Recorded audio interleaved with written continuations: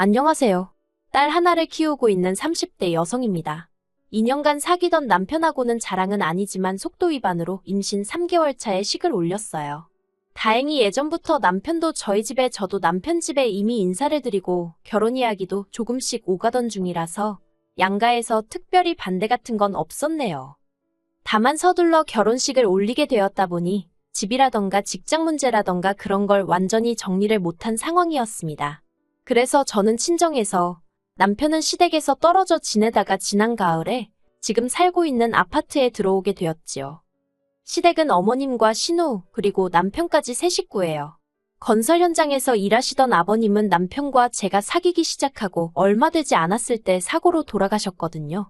이후로 신우와 남편이 회사 생활하면서 어머님 생활비를 대드리는 중이었고, 저희 결혼할 때도 시댁의 재산이랄 게 솔직히 딱히 없어서 처음부터 기대치도 없었네요. 솔직히 집안 환경만 두고 보자면 소위 요즘 젊은 여자들, 그러니까 제 또래들이 시집가길 선호하는 집안은 아니잖아요.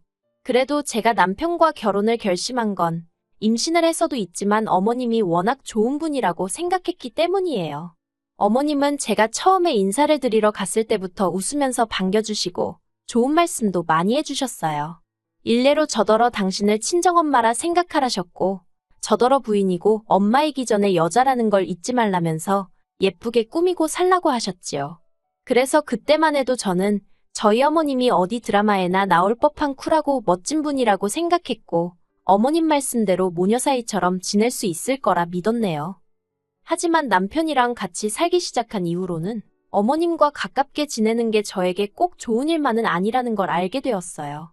일단 어머님이 저희 집에 너무 자주 오셨거든요. 제가 보고 싶고 저를 챙겨주고 싶어서 오셨다면서요. 하지만 허심탄회하게 말해서 솔직히 아무 때나 불쑥불쑥 찾아오시니 그때마다 참으로 불편했답니다. 그래서 언젠가 한 번은 미리 연락을 주시고 오시면 안 되냐고 넌지시 여쭤봤는데 대뜸 왜 그러냐며 저더러 당신 오는 게 싫으냐고 직접적으로 물으시는 게 아니겠어요? 그리고는 서운하다며 마른 눈물을 쥐어짜내시는데 지금도 그때를 생각하면 등줄기에 식은땀이 흐르는 것 같아요. 정말이지 어머님 삐진 거 풀어드리느라 얼마나 진땀을 뺐는지 모릅니다. 어머님은 저희 집에 오시면 냉장고 정리부터 시작해서 집 청소에 빨래까지 온 살림을 해주고 싶어 하셨어요. 그리고 어머님이 그렇게 이리저리 돌아다니시면 며느리인 제가 마음 편히 앉아있을 수가 없었고요. 그래서 제가 어머님께 그냥 계시라고 해도 어머님은 집안이 깨끗해야 한다면서 냉장고 위 먼지까지 털어대셨습니다. 그리고 그럴 때마다 가시방석에 앉아있느니 차라리 움직이자 싶어서 제가 거들겠다고 한 번 더 여쭤볼 수밖에 없었는데, 그럼 어머님은 못 이긴 척 그때부터 저에게 이런저런 심부름을 시키곤 하셨지요. 그리고 그날도 대략 오후 4시쯤이었을 거예요. 현관벨이 울려서 나가보니 그날도 어머님이 저희 부부 저녁 챙겨주고 가신다며 연락도 없이 오셨더라고요. 그리고 일단 결론부터 말하자면 식사는 결국 어머니와 제가 같이 차렸습니다. 어머님이 저더러 무썰어라, 파다듬어라 이런저런 심부름을 계속해서 시키셨거든요. 뿐만 아니라 조리 과정에 있어서도 간장 달라 소금 달라. 결국 티나는 일은 어머님이 하셨지만 티 안 나는 잔심부름은 죄다 제가 하고, 그러면서도 어머님께 고생하셨다고, 식사 챙겨주셔서 감사하다고 인사를 드릴 수밖에 없었지요. 솔직히 어머님만 안 오셨으면 그냥 뭐 간단히 시켜먹고 남편이랑 편하게 쉬었을 텐데 말이에요. 하지만 거기서 끝이 아니었습니다. 식사를 마치고 시간이 늦어지는데도 어머님은 거실에서 TV만 보고 계셨지 도통 집에 가실 생각을 안 하시는 눈치였어요.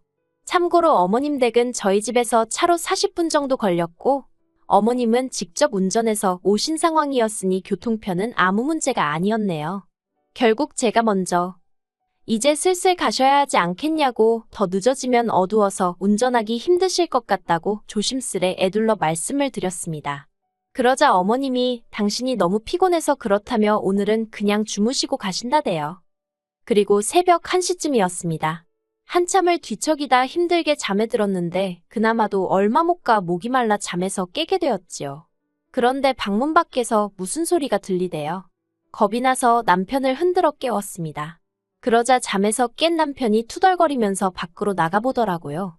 그리고 이내 남편의 신경질적인 목소리를 듣게 되었습니다. 저도 깜짝 놀라서 무슨 일인가 싶어 밖으로 나갔더니 세상에 어머님이 김치를 담그고 계신 게 아니겠어요. 비록 5포기밖에 안 되긴 했지만요. 아무튼 남편이 어이가 없다는 표정으로 어머님께 이 시간에 도대체 뭐 하시는 거냐 묻대요. 그런데 어머님이 하시는 대답이 정말 황당했어요. 지난번에 냉장고를 보니 김치가 하나도 없더라며 저더러 살림을 하는 거냐 마는 거냐 호통을 치셨거든요. 그런데 저 그때 만삭이었어요. 그리고 저도 남편도 김치 없으면 밥을 못 먹는 사람들도 아니었고요. 하지만 제가 이런 변명을 하기도 전에 어머님께선 아무튼 잘됐다며 저더러 기왕 일어났으니 당신 옆에서 김장을 좀 도우라대요. 황당해서 남편을 쳐다봤더니 남편도 어이가 없었는지 어머님을 잠깐 멍하니 쳐다보고 있었습니다. 그러더니 어머님께 이내 만삭인 며느리한테 이 시간에 뭘 시키냐고 어머니도 그냥 그만하시고 들어가서 잠이나 주무시라 한마디 하대요. 저한테도 방에 들어가 마저 자라 했고요. 그리고 돌이켜 생각해보면 그때부터 어머님이 저에게 안 좋은 감정을 갖고 계셨나 싶습니다. 그런데 저도 할 말이 있는 게 저희 어머님 성격이 좀 유별나세요. 일단 상대방의 뜻과는 상관없이 당신 하고 싶은 대로 하시는 경향이 있지요. 당신은 아기가 없었다. 그냥 하고 싶어서 하는 거다 뭐 그렇게 말씀은 하시는데요. 솔직히 제 입장에선 부담스러웠던 적이 한두 번이 아닙니다. 그래도 번번이 어머님 눈치 보느라 싫다 좋다 소리 한번 제대로 한 적이 없었는데 그 김장 사건으로 제가 완전히 어머님 눈밖에 나게 된 거지요. 그러다 얼마 전 어머님이 제 뒤통수를 진짜 세게 때리셨어요. 어디서부터 어떻게 말해야 할까 싶은데 발단은 올해 초 아버님 제사였습니다. 결혼식을 앞두고 앞으로 챙겨야 할 경조사들을 확인하면서 남편에게 제사는 어떻게 하냐고 물어본 적이 있어요. 그때 남편이 하는 말이 원래는 있었는데 어머님이 없애셨다고 하더라고요. 그런데 올해 초 어머님이 연초니까 가족끼리 식사라도 해야 하지 않겠냐는 이유로 신우까지 데리고 저희 집을 찾아오셨어요.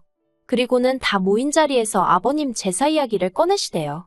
근데 그게 이제 앞으로 제사를 해야겠다. 뭐 그런 게 아니라 정말 말 그대로 대뜸 자식들이라는 게 지애비 제사 지낼 생각이나 있긴 한 거냐며 한마디로 시작부터 언성을 높이시며 화를 내시더라고요. 특히 저더러 며느리가 돼서는 그런 것도 하나 제대로 챙길 생각을 안 하냐고 타박을 하셨어요. 그러자 남편도 왜 며느리한테 성질이냐면서 어머님한테 지지 않고 할 말을 다 하대요. 정말이지 난장판도 그런 난장판이 따로 없었습니다. 결국 식사는 고사하고 어머님이 신우랑 그대로 다시 집으로 돌아가셨어요. 이후로 저는 저대로 눈치가 보여서 전화도 가끔 드리면서 말 조심하고 그랬고요. 그런데 지난달 초에 어머님하고 통화를 하는데 다음 주에 서울 가신다고 하시는 거예요. 보통 저희 집에 오실 땐 너네 집 간다 하지 서울 간다고 안 하시기에 서울 어디 가시냐고 물었습니다. 그러니까 하시는 말씀이 강남 어디 고급주택에서 일하는 사람을 구하더라며 거기 상주도우미로 가기로 하셨다대요. 직업에 귀천은 없다지만 그래도 남의 집 일을 해준다는 게 결코 쉬운 일은 아니잖아요. 그래서 좀 어머님이 안쓰럽게 느껴졌어요.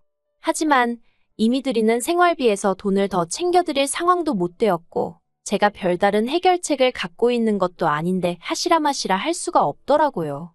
그래서 그냥 어머님께서 생각 많이 하시고 결정하셨을 테니 응원한다고 건강 잘 챙기시라고 했네요. 어머님도 알겠다면서 남편에게는 비밀로 해달라 하셨고요. 그런데 그 통화를 하고 한 일주일이나 지났을까. 하루는 퇴근한 남편이 씩씩거리면서 저에게 어머님이 왜 서울에 가신 건지 아냐고 따지고 들대요. 어머님이 비밀로 해달라고 하셨으니까 저는 저대로 약속을 지키기 위해서 잘 모르겠다고 시치미를 뗐고요. 그런데 남편이 눈을 정말 희번덕거리면서 어머님께 다 들었답니다.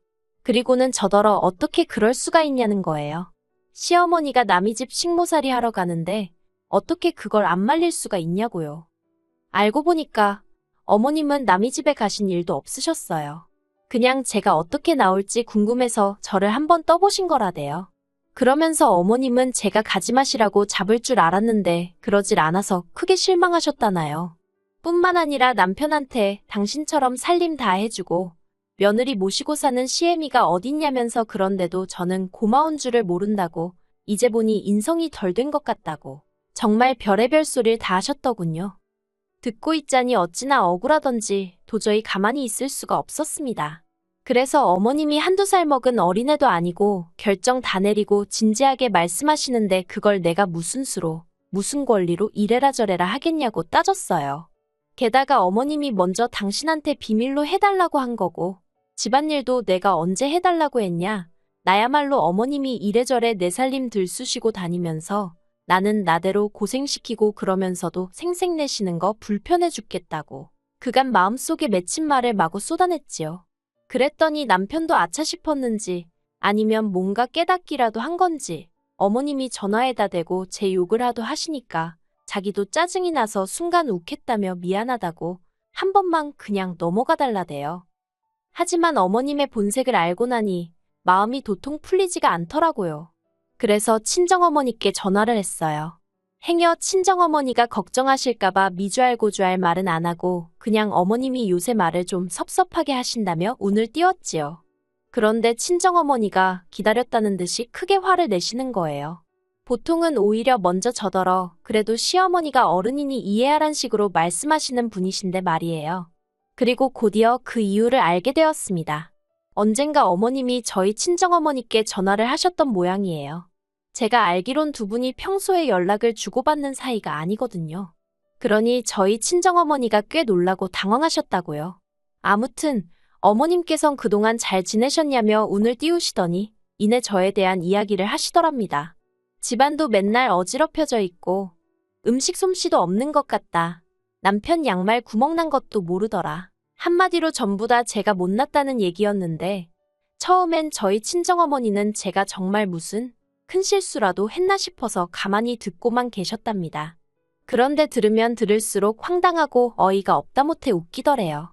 그래서 어머님한테 살림이고 뭐고 둘이서 알아서 하는 거라고, 그리고 요즘 애들이 누가 집에 와서 냉장고까지 들춰보는 걸 좋아하냐고, 그냥 놔두면 서로 알아서 해결하고 산다고 그러셨대요. 그리고 김서방처럼 우리 딸도 시집 가기 전에 열심히 회사 다니면서 일만 하던 앤데 하루아침에 살림 잘하고 음식 잘하고가 되겠냐고 좀 기다려주시라 하셨다고요. 그러자 어머님도 더는 뭐라 하실 말씀이 없으셨는지 저희 친정어머니더러 며느리가 누굴 닮았나 했더니 사부인을 쏙 빼닮은 모양이라고 하시면서 전화를 끊으시더랍니다.